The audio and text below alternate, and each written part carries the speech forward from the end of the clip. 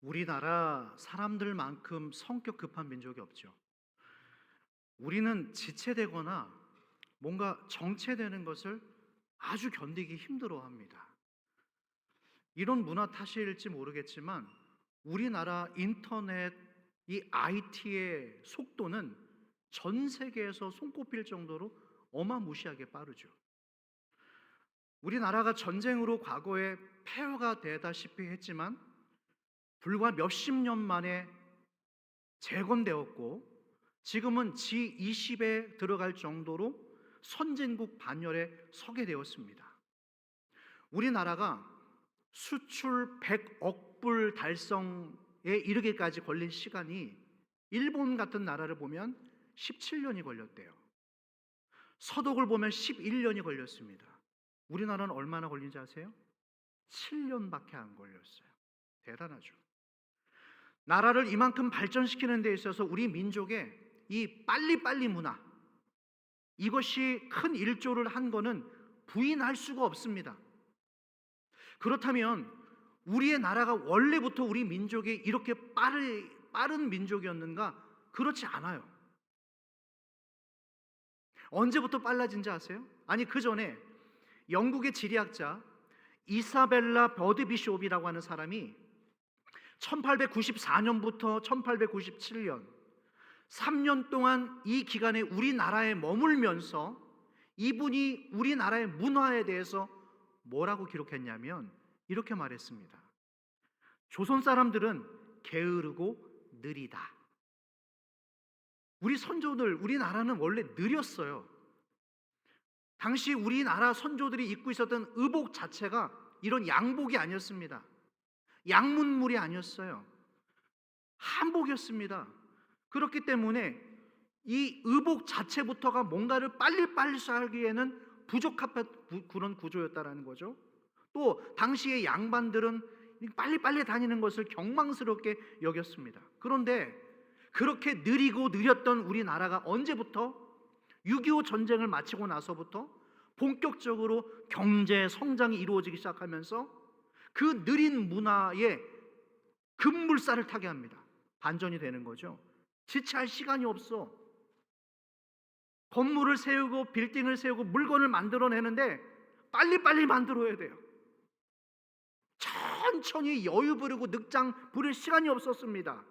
그래서 밥도 느긋하게 먹지를 못했죠.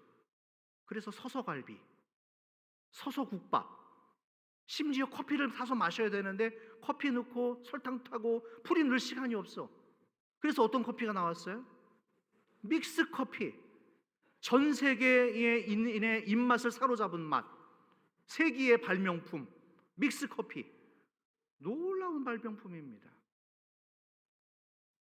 여러분, 하지만 이와 같이 빨리빨리 빠른 문화가 가져다준 득도 있었지만 실도 있었다라는 거예요. 빨리빨리 만들려다가 대충대충 만들었어요.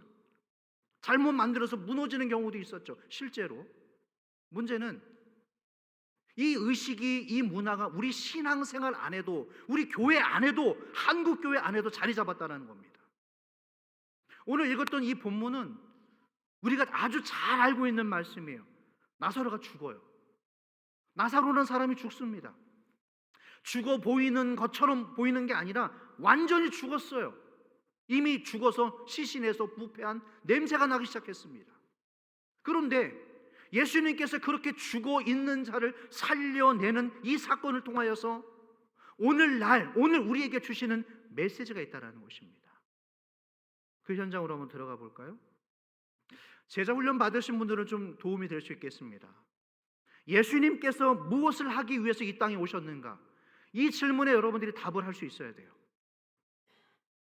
예수님이 무엇을 주시기 위해서 이 땅에 오셨는가? 대체 주님이 누구이신가? 그것을 우리에게 알려주시는 거예요. 결론부터 말씀드릴까요? 예수님은 죽은 사람을 살리러 오셨습니다. 아멘입니까? 살아있는 것처럼 보이지만 죽어있는 사람들, 사랑받고 있는 것처럼 보이지만 좋은 차를 타고 다니고 그럴싸한 옷을 입고 직장생활을 하고 살아있는 것처럼 보이지만 실상은 죽어있는 사람들에게 생명을 주시러 오셨습니다. 할렐루야. 자, 본문 속으로 들어가 볼게요. 나사로가 누군가? 이 사람이 누군가? 베다니에 살았습니다. 베다니 들어보셨을 거예요. 베다니라고 하는 지역은요, 예루살렘 성전을 중심으로 해서 동쪽으로 해서 3km 떨어진 곳입니다. 이 베단이라고 하는 것은 베트, 집, 다니야, 가난한, 고통스러운, 벌써 해석이 되어지죠.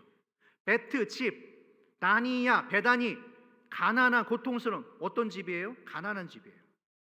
고통받고 가난한 사람들, 원통한 사람들이 모여서 살고 있는 곳. 베단이라고 하는 곳은요, 가난한 마을입니다. 소망이 없는 사람들, 루저들이 가득한 곳. 그래서 대부분의 베다니 사람들이 먹고 살기 위해선 거기엔 소망이 없었어. 베다니에는 어디로 와야 돼요? 예루살렘으로 와야 됩니다. 거리가 얼마라고요? 3km예요. 편도만. 그 거리를 걸어가서 이 베다니 사람들은 예루살렘에 가서 직장을 구하고 학교를 보내고 그렇게 살았어요. 합이 6km, 리로 말하면 15리가 넘습니다. 15리가 넘는 거리를 매일 아침 저녁으로 출퇴근해야 되는 고달픈 사람들이에요. 힘든 사람들, 먹고 살기 위해서는 어쩔 수 없는 사람들, 베다니. 그런 베다니라고 하는 곳에 예수님이 가시는 거예요.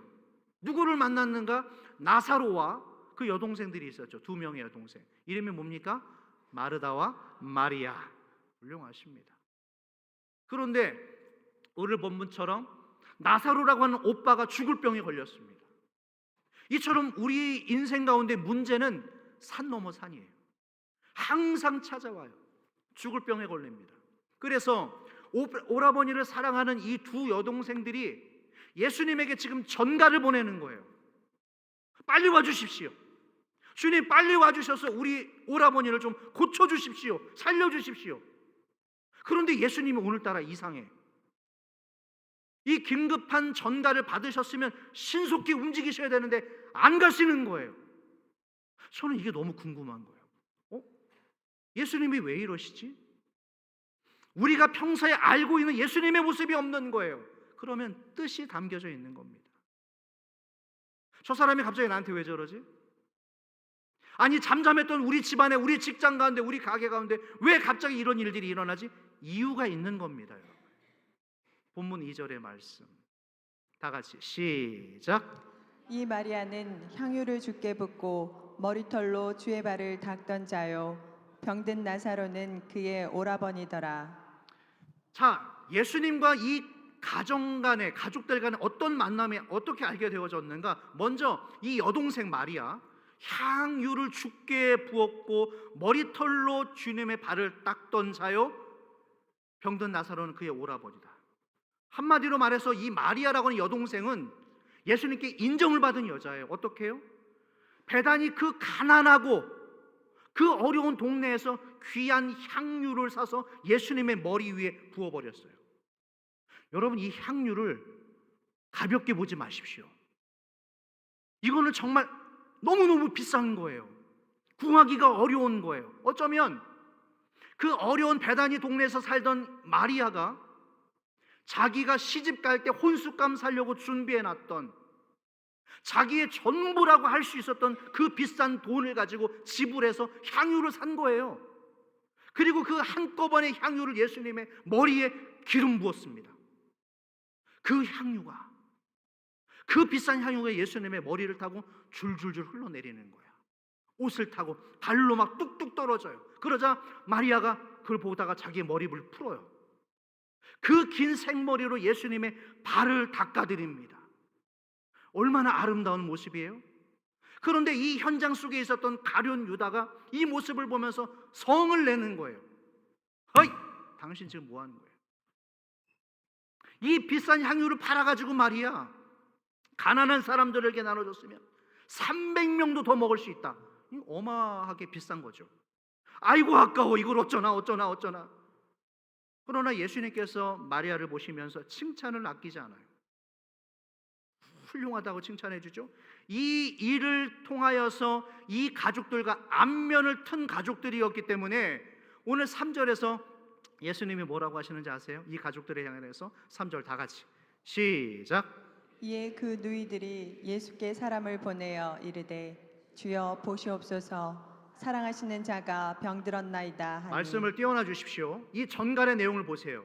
동생들이 사람을 보내면서 뭐라고 말했냐면, 주님 보십시오, 당신이 사랑하시는 자가 병들었습니다. 사랑하셨다라는 거예요. 예수님이 우리를 사랑하십니다. 할렐루야. 사랑하는 자들도, 사랑을 입은 자들도 병들 수 있어요. 죽을 수 있어요. 환난을 만날 수 있어요. 이상한 일이 아니에요. 그렇다면 이 전갈을 받았다면 예수님은 빨리 가셔야 돼요. 사랑하는 자가 병들었다고 했잖아요. 그럼 빨리 가셔야죠. 이들을 정말로 사랑하셨다면 만사를 제치고 가셨어야죠. 그런데 안 가시고 있는 거예요. 안 가고 있는 것 뿐만 아니라 지체하고 계시는데 며칠을 계시죠? 이틀을 계십니다. 이게 여러분 이해가 되세요? 사랑하는 자가 지금 병들어 다 죽게 생겼는데 이틀을 머뭇머뭇거리고 있는 거예요. 오늘 설교의 제목, 주님 기다리다가 죽겠습니다. 주님 기다리다가 죽겠어요. 우리 아직 미혼의 청년들, 주님 제 배우자 어디 있어요? 기다리다 죽을 것 같아. 기다리십시오. 여기 메시지가 있죠. 제가 돌이켜봤어요. 오늘 저와 여러분들의 기도의 내용이 대부분 어떤 내용이냐면 이런 내용들일걸요. 하나님, 이제 월말 됩니다. 저 월세 내야 돼요. 빨리 월세 주세요. 보험료 또 이렇게 빨리 와. 보험료 내야 되는데 돈이 없어요. 하나님, 애들 학원 지금 2개, 3개 막 다니는데 이 학원비 좀 주세요. 우리 부모님 용돈 보내야 되는데 큰일 났습니다. 우리 저 돈 좀 주세요. 저 병원 가야 돼. 아파야 되는데요. 주님 저 돈 좀 주세요. 다 돈이야. 돈 주세요. 그래서 아무튼 열심히 기도해요. 기도하는 거 좋아요. 우리가 정말 열심히 기도하는데 중요한 것은, 그래서 우리의 이 급한 기도가 다 응답되냐라는 것입니다. 응답되던가요, 여러분? 예, 침묵은 그러신 줄로 알겠습니다. 우리 지금 너무나 급해요. 숨이 넘어갈 상황인데 정작 중요한 것은 주님 쪽에서 아무런 회신이 없다라는 거예요. 아무런 응답이 없다라는 거예요. 그러나 신앙이란, 잘 들으십시오, 신앙이라는 것이 무엇이냐? 내 시간의 기준을 하나님 기준으로 바꾸는 것입니다. 이게 신앙이에요. 하나님 나라와 뜻이 무엇인가, 우리는 그것을 어떻게 알아가는가? 이 하나님의 말씀을 통해서 하나님의 나라와 섭리와 속성을 알아갑니다.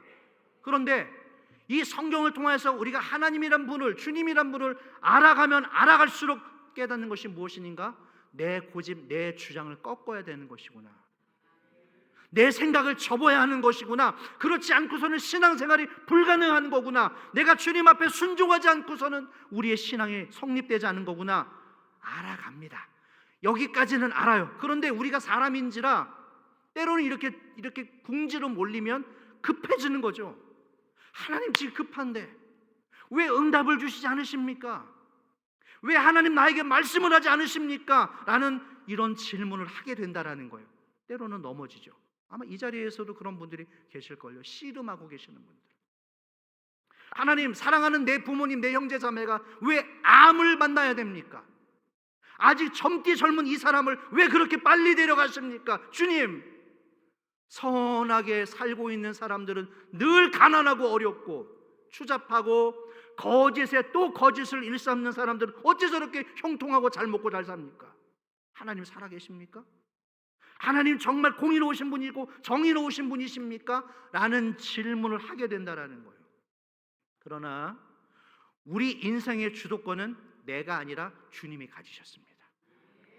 일단 이게 인정이 되셔야 돼요. 주님이 주도권을 가지셨기 때문에 내 인생 안에서 일어나는 모든 주권은 그분에게 있다라는 거예요. 그래서 우리의 때가 아니라 주님 뜻 가운데에 이루어지시고 결정하신다라는 겁니다. 오늘 이 여동생들이 난리가 났어요. 주님 왜 안 오십니까? 그렇기 때문에 미치도록 간절히 기다렸지만 정작 예수님께서는 이틀을 더 기다리게 하셨어요. 중요한 것은 이 사이에 나사로가 어떻게 됐어요? 죽었어요. 나사로가 죽었어. 그러면 이제 다 끝난 거예요. 유일하게 남은 한 가닥 한 줄기의 희망마저 다 사라져 버린 겁니다. 대부분의 사람들이 여기서 주저앉아요. 다 끝났구나. 다 필요 없었구나. 우리의 목적은, 우리의 기도의 모든 방향은 빨리빨리 병이 낫는 거예요. 빨리빨리 채워짐을 받는 거예요. 마르다와 마리아는 그것을 원했습니다. 주님, 빨리빨리 낫게 해주십시오. 빨리빨리 와주십시오. 빨리 고쳐주십시오. 그러나 그 목적으로만 예수님이 필요했던 거죠. 하지만 예수님은 우리와 목적이 다르세요. 빨리빨리 와서 한꺼번에 낫게 해주시는 목적이 아니라 죽은 나사로를 살리는 게 목적이에요. 정리할까요? 이 두 여동생들은 자기 오빠가 빨리 낫는 게 목적이었지만 주님의 목적은 죽은 사람을 살리는 게 목적이었어요. 우리는 늘 빨리빨리해요. 하나님, 경제적인 것, 진로, 배우자, 승진, 물질의 문제 빨리빨리 좋아지는 게 우선이죠. 하지만 우리의 하나님은 그게 목적이 아니라는 거예요. 그분은 먼저 우리에게 무엇 주시기를 원한다? 생명 주시기를 원하십니다. 얘야, 너는 가만히 들어보니까 너는 항상 나에게 돈을 달라고 하는구나. 너는 항상 나에게 권력을 달라고 하는구나. 너는 항상 너에게 인기와 사람들의 애정과 땅을 달라고 하지만 나는 말이야, 나는 너에게 주고 싶은 것이 그것이 아니라 생명이다, 은혜이다, 말씀이다. 그래서 주님께서 우리의 이와 같은 패러다임, 사고를 고쳐주시고 깨닫게 하기 위해서 이 나사로를 어떻게 했다고요? 죽을 때까지 방치시킨 거예요. 여러분, 이 말씀을 들으십시오. 이 말씀을 깨닫게 하기 위해서 죽을 때까지 고의적으로 방치하신다라는 거예요. 즉, 내 인간적인 방법, 내가 아직도 꼼수를 부리고 있는 그 방법마저도 주님이 꺾어버리신다라는 거예요. 우리 눈에 힘이 들어가 있죠. 이 힘이 여기서부터 이렇게 싹 여기까지 와요. 이 교만과 우리 안에 무지함과 이 패역함이 이 눈으로부터 들어와서 머리부터 해서 이 귀와 여기 어깨까지 이 뻣뻣한 힘이 여기까지 들어와 있어요. 이중표 목사님이 2005년도인가 돌아가셨죠. 그분의 신학이 별세 신학이에요. 나는 날마다 죽노라. 저는 그 목사님의 입에서 나온 나는 날마다 죽노라라고 하는 그 말이 뭔지 알 것 같아요. 그분이 이런 말을 했어요. 한 교회에서 담임 목회를 하면서 수십, 수백, 수천 명의 부흥을 이뤘어도 잘해봤자 본전이래요. 목회를 아주 잘해봤자 본전이랍니다. 목사가 동네 북이라는 거예요. 성도들의 감정 쓰레기통, 그분이 하시는. 저는 한편으로는 마음이 무거워요. 목회라는 것이 교회 생활이라는 것이 꼭 이래야만 하는 것일까? 왜 나는 날마다 죽노라라고 하는 별세 신학을 그분이 외쳤을까? 아직도 깨어지지 못하는 우리의 무지와 교만함. 마치 야곱처럼 하나님께서 그 어려운 폭풍을 만나면서도 이 야곱이 뒤집어지질 않아요. 그때뿐이야. 그러자 하나님께서 철저하게 사방을 막아버리십니다. 다 됐나 싶으면 또 사건이 터지고, 야, 이 일이 또 해결된다 싶으면 또 다른 일이 터져버려.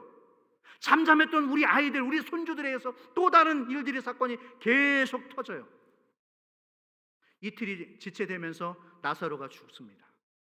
아니, 예수님 사랑하셨다면서요, 사랑하신다면서요, 어떻게 그것이 우리를 사랑하시는 것입니까? 반문할 수도 있겠어요.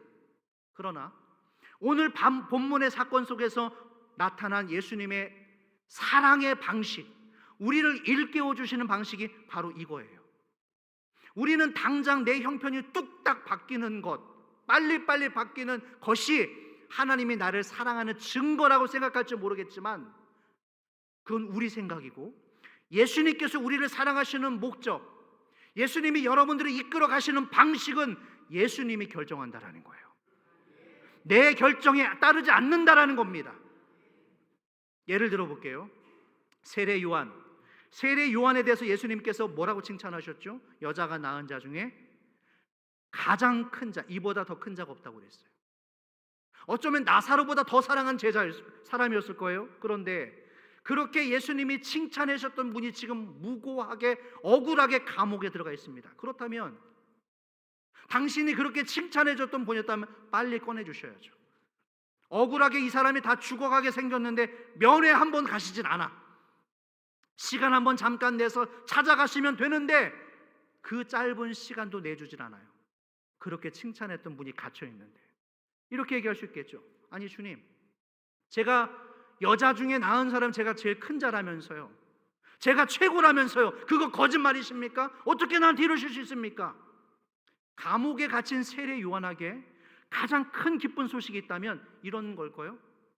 세례 요한아, 야 너 진짜 힘들지? 야 너 걱정하지 마. 내가 너 몇 날 몇 시에 너 끄집어내 줄게. 이거 기다리지 않겠어요? 우리가 지금 억울하게 감옥에 가 있다면 이곳 기다리지 않겠습니까? 이게 가장 큰 기쁜 소식이겠죠. 몇 날 몇 시에 너는 나오게 되어진다. 알려주시면 얼마나 좋아요. 우리 여기 자영업 하시는 분들 지금 경기가 계속해서 어려운데 걱정 마. 이번 달 말부터 너희 하루 매출이 50만 원씩 뛰어갈 것이다. 아멘. 저는 그 진솔함을 알겠어요. 걱정 마라. 이번 후반기에는 올해 11월에 가서는 하루 매상이 500씩 뛰어갈 것이다. 할렐루야. 그럼 우리가 기다릴 수 있겠죠. 예를 들어서 그렇게 하면 기쁨으로 기꺼이 기다릴 수 있겠죠. 우리의 기다림은 항상 이런 수준이에요. 몇 날 몇 시에 어떻게 해주시면 제가 그렇게 하겠습니다. 우리의 기다림은 이런 수준이에요. 그렇기 때문에 이것을 기대하고 나사로의 동생들 마르다와 마리아가 예수님께 그런 심정으로 보낸 거예요. 빨리 와주십시오. 당신 오시면 우리 오라버니 살릴 수 있겠습니다. 그런데 빨리 오셔야 될 주님이 오시질 않고 이틀 동안 꼼짝도 안 하셨고 그 사이에 오빠가 죽었어요. 저는 아마도 이 불똥이 모든 원망과 시비가 다 예수님께 갔을 것 같아요. 당신 때문에. 당신만 조금 왔었어도 우리 오빠 죽지 않았습니다. 유족들이 폭발했겠죠. 그런데 그제서야 예수님이 가시겠다는 거예요. 이미 죽은 지 이틀이나 지난 그때에 비로소 예수님이 가시겠다라는 거예요. 도대체 예수님이 왜 그러실까? 주님 왜 이러세요? 우리한테? 11절 말씀입니다. 자, 11절 우리 천천히 한번 읽어보십시다. 시작. 이 말씀을 하신 후에 또 이르시되 우리 친구 나사로가 잠들었도다. 그러나 내가 깨우러 가노라. 말씀을 띄워놔 주세요. 말씀을 보십시오, 여러분. 우리의 친구 나사로가 어떻게 됐다고요? 어떻게 됐다고요? 그러나 내가 깨우러 가노라. 우리가 봤을 때는 분명히 죽었어요. 끝났어요. 더 이상 소망이 없어요. 그러나 주님의 눈에는 잠들었다고 했습니다. 그래서 내가 깨우러 간다고 합니다. 이렇게 우리의 해석과 주님의 해석이 다른 거예요. 똑같은 상황을 직면하고 있음에도 불구하고 우리는 다 끝났다고 해요. 우리는 소망이 없다라고 말해요. 그러나 주님은 잠들었다고 말씀하시는 거예요. 예수님 보실 때 죽은 거나 잠든 거나 마찬가지입니다. 하나님께서 우리를 바라보실 때 대기업의 회장님이나 아르바이트생이나 똑같은 거예요. 100억을 가졌든 100원을 가졌든 주님 앞에서는 우리가 모두가 똑같은 거예요. 얼굴이 잘났든 얼굴이 몰랐든 성공했든 실패했든 암에 걸렸든 감기에 걸렸든 주님 앞에서 우리 모두가 다 마찬가지라는 것입니다. 똑같아요.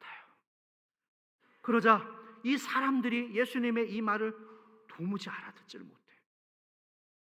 저 양반 저 앞에서 지금 뭔 소리 하는 거야? 나는 지금 급해 죽겠는데 여전히 알아듣지를 못해요. 그래서 예수님께서 우리가 읽지 않았습니다. 15절의 말씀을 주시는 거예요. 다 같이 시작.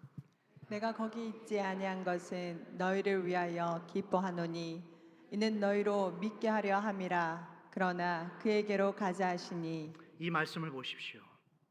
중간에 이는 너희로 어떻게 한다고요? 믿게 하려 함이라. 하품할 말씀이 아니고요, 들으셔야 될 말씀입니다.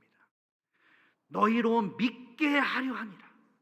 우리를 믿게 하시는 것이 목적이라는 거예요.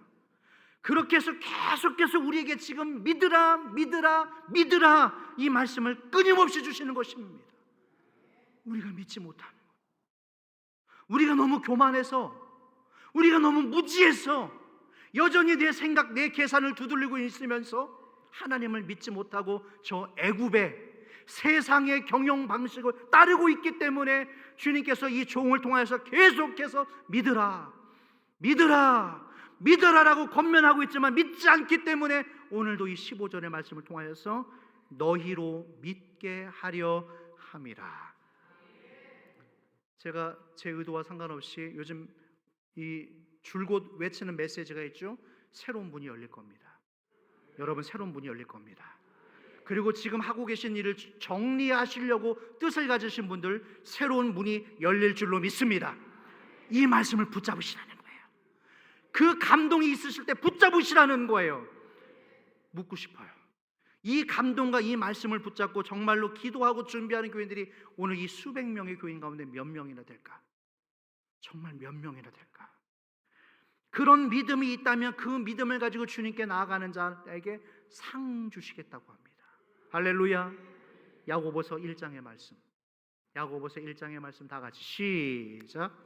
내 형제들아, 너희가 여러 가지 시험을 당하거든 온전히 기쁘게 여기라. 잠깐만요. 시험 당하신 여러분들 이 말씀을 보십시오. 시험을 당하거든 어떻게 하라고요? 기쁘게 여기십시오. 3절 시작.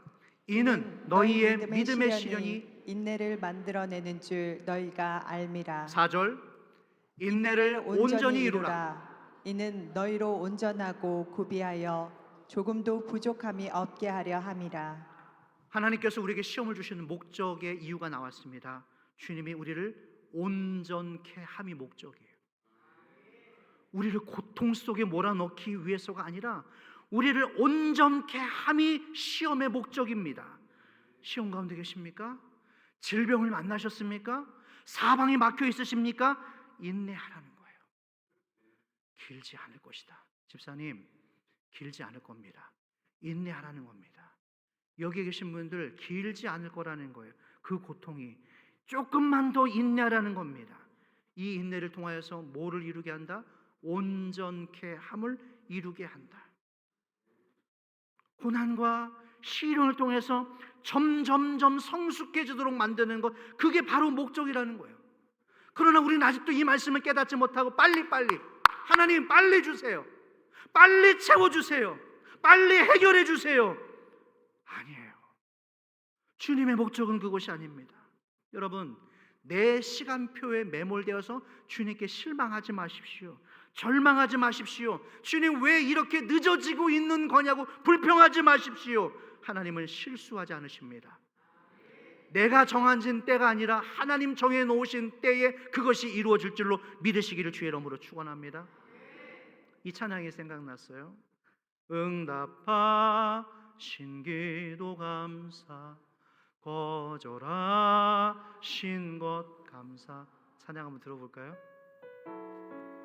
주신 말씀을 생각하며, 주실 말씀을 생각하며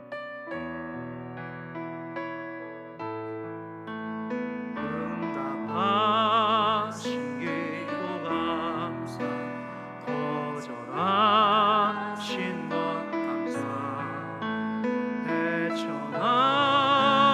풍랑 감사, 모든 것. 다시 처음부터 응답하신 기도 감사, 거절하신 것 감사, 헤쳐나온 풍랑 감사, 모든 것 채우시네. 아픔과 기쁨도 감사, 절망 중 위로 감사, 측량 못할 은혜 감사, 그 신사랑 감사해. 할렐루야. 거절하신 것 감사. 거절받은 게 뭐가 감사할 제목이에요? 왜냐? 때론 우리의 인생에 거절이 필요합니다. 빨리빨리 내가 원하는 대로 다 되는 게 능사가 아니라 때로 하나님께서 우리의 삶의 진로를 막으시고 거절되는 것이 필요하기 때문에. 왜요? 우리를 온전케 만들기 위해서. 아직도 깨닫지 못하고 아직도 여기에 힘이 잔뜩 들어가 있어서 교만함, 무지함을 꺾지 못하는 우리를 온전케 만들기 위해서 때로는 우리 삶 가운데 거절을 주신다는 거예요. 빨리빨리를 지향하는 사람에게 이 거절은 절망이 될 수 있습니다. 그러나 하나님은 우리에게 신속하게 주기보다 최적의 시간에 주세요. 적당이라는 단어가 있죠. 이것을 부정적인 의미로 사용하시는 분들이 많이 계시는데 사실 이 적당하다의 뜻이 뭐냐면 최적의 뜻이에요. 최고의 때, 그게 바로 적당입니다. 여러분, 이 최적의 상황은 사람의 영역이 아니에요. 하나님만 하실 수 있는, 하나님이 만드실 수 있는 영역이 바로 최적의 것입니다. 사랑하는 여러분, 최적의 때를 구하십시오. 최적의 것을 구하십시오. 그 은혜를 주실 줄로 믿습니다. 며칠 전에 어떤 분이 저한테 자두를 따서 주셨어요. 자두. 나무에서 따서 첫 자두를, 첫 열매를 이제 종에게 주신 거죠. 먹었습니다. 맛이 어떨 것 같아요? 왜요? 왜셔요? 엄청 달죠. 달콤했어요. 두 번째 건 떨궜습니다. 저는 그 두 번째 자두를 먹어가면서 이런 생각이 들었어요. 아직 안 익은 거예요. 아직 시기가 조금 이른 거예요. 마찬가지로 과일에게 익어가는 시간이 필요합니다. 마찬가지로 우리 삶 속에서도 열매가 익어가는 시간이 필요하다는 거예요. 빨리빨리 되지 않더라도, 빨리빨리 응답되지 않더라도 이 익어가는 과정을 통하여 비로소 내 믿음이 자라가고 내가 포기하는 법을 배우고 때로는 거절하는 것도 알게 되어지고 내 안에 악한 것들이 떠나가게 되어집니다. 그러면서 하나님의 사람으로 다시 우리가 온전케 되는 거예요.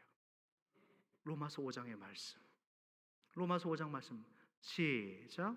다만 이뿐 아니라 우리가 환난 중에도 즐거워하나니 이는 환난은 인내는 연단을 소망을 이루는 줄 알미로다. 할렐루야. 말씀을 정리해 가겠습니다. 오늘 이 마리아, 마르다, 나사로, 베단이라고 그랬어요. 가난하고 슬픈 집안. 약을 살 돈이 없어요. 아파 죽겠는데 병원에 갈 형편이 아니에요. 마지막 남은 한 줄기. 그래서 그저 예수님만 바라봤어. 예수님밖에는 소망이 없었어요. 그래서 예수님만 기다렸습니다. 그런데 그 예수님이 오시질 않았던 거예요. 당신께 내 모든 것을 전부를 걸었습니다. 그래서 예수님만 바라보고 살아왔는데 예수님 오시질 않은 거예요. 그 사이에 자기 오빠가 죽었어요. 다 끝났어요. 캄캄해졌어요. 이제 나는 뭘 믿고 살아야 되는가? 나는 이제 누구를 의지하면서 살아가야 되는가? 다 절망, 내려놨던 순간에 주님이 뒤늦게 오셔서 죽어서 냄새나는 자기의 오라버니를 살려내십니다. 할렐루야. 저는 이런 생각을 합니다. 어쩌면 저와 여러분들은 그 죽었던 나사로예요. 이미 예전에 죽어서 우리 몸에서 썩는 냄새가 났던 그런 연약한 사람들이었습니다. 그런데 우리 인생 가운데 주님이 찾아오셔서 우리에게 새살을 넣어주시고 새로운 생명을 넣어주시고 새로운 길을 보여주셨습니다. 할렐루야. 오늘 저와 여러분들은 나사로예요. 죽었던 나사로예요. 그러나 생명을 입은 나사로. 이번 한 주간 여러분들이 저 문을 열고 나가는 곳에서 생명의 사람들이 되기를 원합니다. 살아있지만, 살아있는 것처럼 보이지만 죽어있는 내 남편, 죽어있는 내 아내, 우리 자녀들 위해 예수의 이름을 전하십시오. 예수의 이름을 부르십시오. 그 가정이 살아날 줄로 믿습니다. 내 인생이 살아날 줄로 믿습니다. 내 남은 인생 가운데 새로운 역사들이 일어날 줄로 믿습니다. 그런 한 주간이 되시기를 주의 이름으로 축원합니다. 이 찬양을 드리고 싶습니다.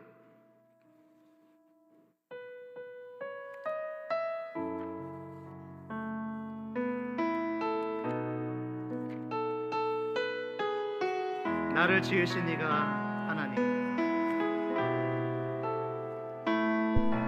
나를 지으신 이가 하나님, 나를 부르신 이가 하나님, 나를 보내신 이로 하나님, 나의 나 된 것은 다 하나님. 우리 다시 한 번만 찬양하시죠. 나를 보내주신, 나를 지으신 이가 하나님, 나를 부르신 이가, 나를 부르신 이가 하나님, 나를 보내신 이로 하나님, 나의 나 된 것은 다 하나님을, 나의 달려갈 길 나가도록, 달려갈 길 나가도록, 나의 마지막 나가도록, 나로 그 십자가, 나로 그 십자가 붙게 하시니, 나의 나 된 것은, 나의 나 된 것은 하나님은, 다 같이 한 목소리로 한량없는 은혜, 한량없는 은혜, 갚을 길 없는, 갚을 길 없는 은혜, 내 삶을 애워싸는, 내 삶을 애워싸는 하나님의 은혜. 나 주저함 없이, 주저함 없이 그 땅을 밟은 곳, 나를 붙드시는, 나를 붙드시는 하나님의 은혜, 하나님의, 다시 처음부터, 나를 지으신 이가 하나님, 나를 지으신 이가 하나님. 우리의 믿음을 담아 고백하십시다. 나를 부르신 이가 하나님, 나를 보내신 이로